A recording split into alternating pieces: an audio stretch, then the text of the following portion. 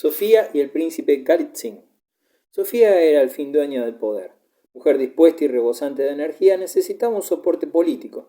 La princesa fijó su atención en el príncipe Vasili Galitzin, hombre en plena madurez y de amplia experiencia y cultura. Sus excelentes cualidades le abrieron pronto el camino del corazón de Sofía y las puertas del Ministerio de Asuntos Exteriores. Lo propio que Nacito Hawking y Matiejev pertenecía a Galitzin al reducido círculo de rusos cultos que intentaban imponer al país una reforma de tipo occidental. Galitzin, que aborrecía la embriaguez y la brutalidad de sus compatriotas, visitaba complacido el barrio de los alemanes. Atrajo a Rusia a gran número de oficiales, ingenieros y artesanos occidentales. Galitzin vivía en uno de los más hermosos palacios de Europa, cuya biblioteca ocupaba lugar preferente. El príncipe poseía también 2 villas de recreo en las afueras de la capital, en donde acumuló considerables riquezas, pues la princesa Sofía recompensaba regiamente a su favorito. En 1687, el príncipe debió ponerse en contra de su voluntad al frente de una expedición contra el Khan tártaro de Crimea, empresa que era consecuencia directa de una alianza dirigida contra los turcos y llevada a cabo un año antes entre Rusia, Austria y Polonia. La expedición de Crimea resultó un fracaso. La escasez de agua y de víveres provocó epidemias durante la marcha a través de las calurosas estepas del sur, y un incendio provocado en la estepa obligó a los rusos a retirarse sin haber logrado sus objetivos y con enormes pérdidas. Galitzin hubo de entrar en Moscú poco menos que como un fugitivo, pero la princesa, su amante, lo protegió contra sus enemigos. En 1689 Galitzin emprendió una nueva expedición contra Crimea. Esta vez eligió el comienzo de la primavera, estación más favorable para la realización de la campaña militar, que el pleno verano. El príncipe había equipado a sus tropas con granadas de mano y escalas de asalto, y había agregado un cuerpo de caballería española, pero apenas los rusos penetraron en Crimea se repitieron las calamidades de la expedición anterior. La única agua de que disponían era salobre e impropia para beber. Los víveres faltaron de nuevo y hombres y caballos se desplomaban a millares. Solo el rumor de la inminente llegada de los tártaros fue suficiente para que cundiera el pánico en las filas rusas. Galitzin hubo de ordenar de nuevo la retirada, que costó a Rusia 35.000 hombres y casi todo su material de guerra. El aguilucho. Mientras Sofía y Galitzin gobernaban así el país, Pedro, el hermanastro de la princesa, se consolaba jugando a la guerra, juego que siempre practicara con verdadero deleite. Poco a poco, esta diversión pueril se convirtió en algo bastante más serio. Pedro reclutó a los mozos de caballerizas y halconeros de su padre, así como a pilluelos y jóvenes vagabundos, e integró con todo aquel mundillo auténticos y disciplinados regimientos. La primera unidad militar así formada se llamó la Guardia de Preobrazhenskoye, del nombre del barrio donde Pedro residía junto con su madre. Más tarde, algunos nobles descontentos engrosaron las filas de aquel regimiento, cuyos efectivos alcanzaron pronto la cifra de 1.000 hombres, y poco después varios millares. Pedro ejercitaba a sus hombres sin descanso y organizaba importantes maniobras. Asaltó incluso una pequeña fortaleza que bautizó con el nombre de Pressburg. Trataba a cada soldado con camaradería, atrayéndose de esta manera todas las voluntades. Pedro había heredado de Alexis su interés por la civilización occidental. Un día conoció a un holandés versado en geometría y en el arte de las fortificaciones y puso todo su empeño en obtener autorización para estudiar con él. Otro holandés le enseñó a conducir un velero, convirtiéndose el arte de la navegación en la pasión dominante del joven zar. Transcurrió el tiempo y Pedro cumplió los 17 años. El aguilucho ya estaba lo suficientemente preparado para volar solo. Los fracasos de Galitzin habían hecho impopular a Sofía y el príncipe, tan omnipotente pocos meses antes, temía ahora por su vida. Ante todo, Pedro hizo destruir, confiscar y desterrar a Galitzin con su familia a una aldea próxima a Arcángel, con la prohibición rigurosa de mantener contacto con el mundo exterior durante su destierro. Galitzin murió en aquella aldea unos 25 años después. La corte del joven Pedro I. Patricio Gordon, el escocés. En lo sucesivo, Pedro reinaría solo. Si bien absorbido por los estudios de la técnica naval y la formación militar de sus soldados, el joven zar confió al principio los cuidados del gobierno a su madre. Por su parte, continuó construyendo embarcaciones y frecuentando la amistad de los adictos, tanto rusos como extranjeros. Entre estos se hallaban el escocés Patricio Gordon, excelente oficial de ingeniería y notable artillero, y otro oficial de nacionalidad suizo, Francisco Lefort. Gordon, 37 años mayor que Pedro, era oriundo de una antigua familia escocesa cuyos miembros figuraban entre los más fieles partidarios de los Estuardo, por cuya razón muchos de ellos habían partido al destierro cuando el destronamiento de Jacobo II. Patricio había abandonado Escocia en 1651 El afán de aventuras y unos amores desgraciados lo habían impulsado a los 16 años a emprender largos viajes. Patricio corrió diversas aventuras en los ejércitos sueco y polaco y últimamente en el ruso. En 1661, a los 27 años de edad, ingresó en un regimiento ruso con el grado de comandante mayor, mereciendo un rápido ascenso por su valentía notoria y destacada competencia militar. Con todo, la vida nada tenía de deliciosa bajo las banderas del zar. En primer término, porque la paga era sencillamente irrisoria y resultaba muy difícil, por no decir imposible, recibirla con cierta regularidad. Por si ello fuera poco, Gordon no podía abandonar sin más ni más el ejército ruso. Había llegado a Rusia como hombre libre, decía para sus adentros, pero era tratado casi como un prisionero de guerra. Además, se veía obligado a luchar incesantemente no solo contra la envidia y las intrigas de sus colegas rusos, sino contra la indocilidad de sus subalternos.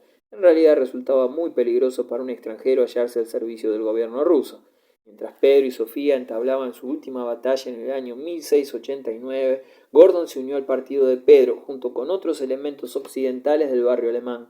Pronto tuvieron Gordon un alumno afecto y agradecido en la persona de este joven zar, a quien prestó valiosos servicios, en particular durante el asedio de Azov en 1695 y 1697 y durante la rebelión de los Streltsy en 1698.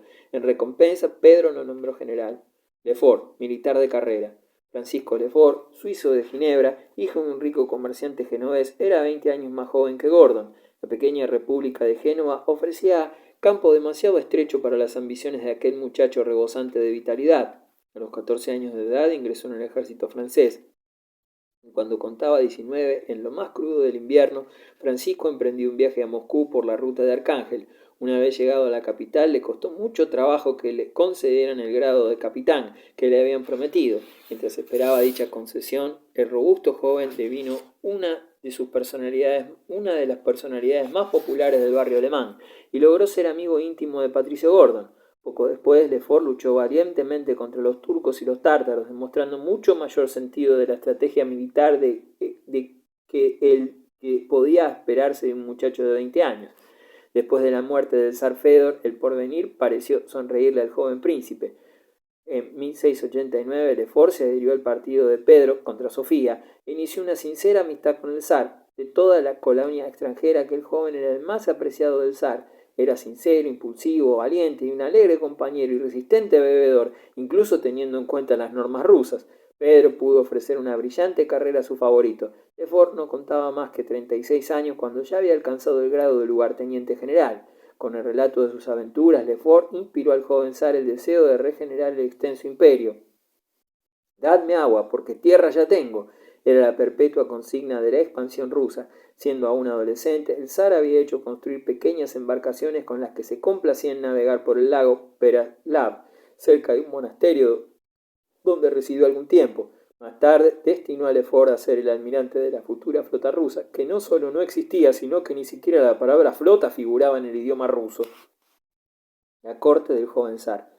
Gordon y Lefort recomendaron al zar a diversos extranjeros del barrio alemán. Allí el joven zar abandonaba sus costumbres rusas y adoptaba el hábito alemán, dedicándose a conversar con sus amigos, bailar y divertirse. De este modo, dicho barrio le ofrecía la oportunidad de sentirse como en un pequeño rincón de Europa occidental, y le infundía el anhelo de ver aquel mundo que no conocía. Por lo demás, Pedro cumplía a conciencia con sus deberes de soberano. A los 21 años se dirigió a Arcángel, donde vio por vez primera el mar, que ningún zar había contemplado antes que él. Pedro sintió un enorme placer al ver navíos holandeses, ingleses y alemanes anclados en el puerto.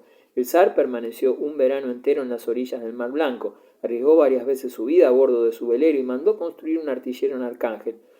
Fue también en esta época cuando empezó a interesarse por los problemas de política exterior y sobre todo por la continua lucha mantenida por el imperio moscovita contra turcos y tártaros. Pedro no era hombre aferrado a una sola pasión. Con el mismo entusiasmo organizaba fiestas y orgías, cuyo ambiente podía alcanzar límites inconcebibles. No obstante, pese a sus explosiones de loco regocijo, hubiera sido peligroso proporcionarle al joven gigante el menor motivo de cólera. Todos estaban persuadidos de ello y obraban en consecuencia, no olvidando que Pedro I era descendiente de Iván el Terrible. Los espantosos acontecimientos desarrollados en su presencia a los 10 años de edad habían dejado en el muchacho huellas indelebles. Durante toda su vida el rostro de Pedro reflejó contracciones nerviosas ante la menor contrariedad. La corte entera temía estos estallidos de cólera y mientras el zar no se hubiera calmado, nadie estaba seguro de escapar con vida, porque en aquellos momentos de crisis Pedro se abalanzaba con el puño cerrado o la espada desenvainada sobre cualquiera que se hallara a su paso, sin importarle que fuera el más noble de los boyardos o el último de los servidores.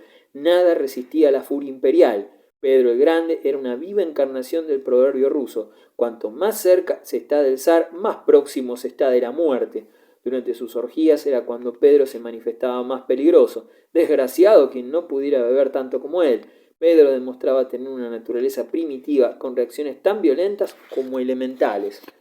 El vicealmirante danés Jules Joel cita en su diario personal el hecho acaecido en un banquete durante el cual un anciano boyardo de 70 años bebía con excesiva moderación para el gusto del anfitrión imperial. Pedro lo instó a que apurara una enorme copa de alcohol. El infeliz anciano, obligado a obedecerlo, se desplomó junto a la mesa y murió unas horas más tarde. Pedro se apenó sinceramente por lo ocurrido, pero al día siguiente ahogó su tristeza en un torrente de vino húngaro.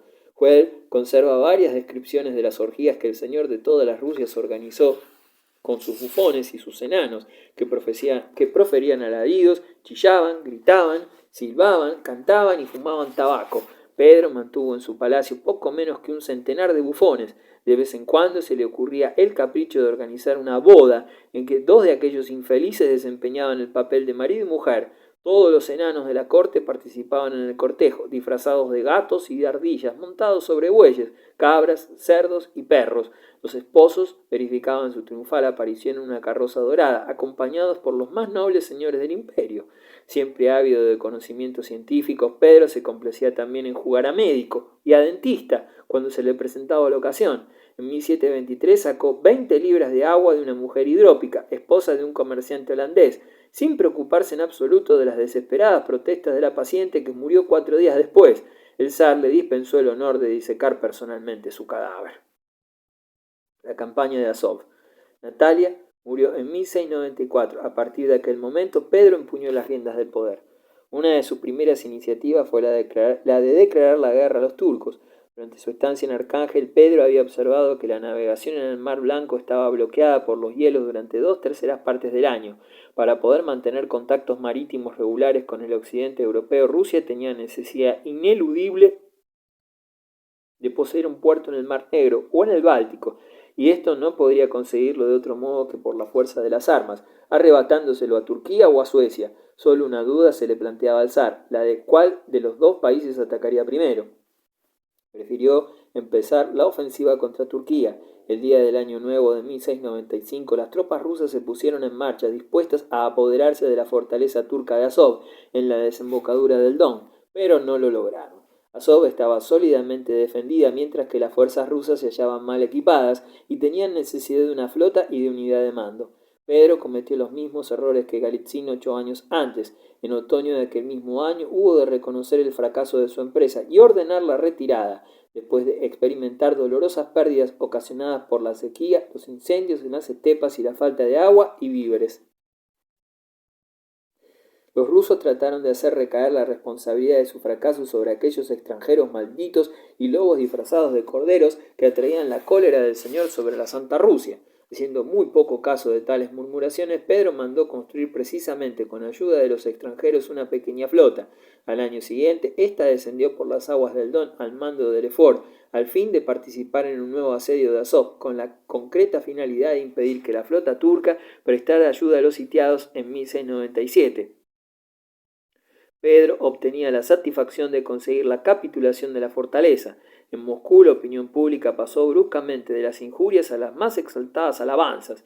La proeza de Pedro el Grande se propagó por el mundo entero. Merced a su primera gran victoria sobre los enemigos de la cristiandad, Rusia se asentaba en la orilla del Mar Negro.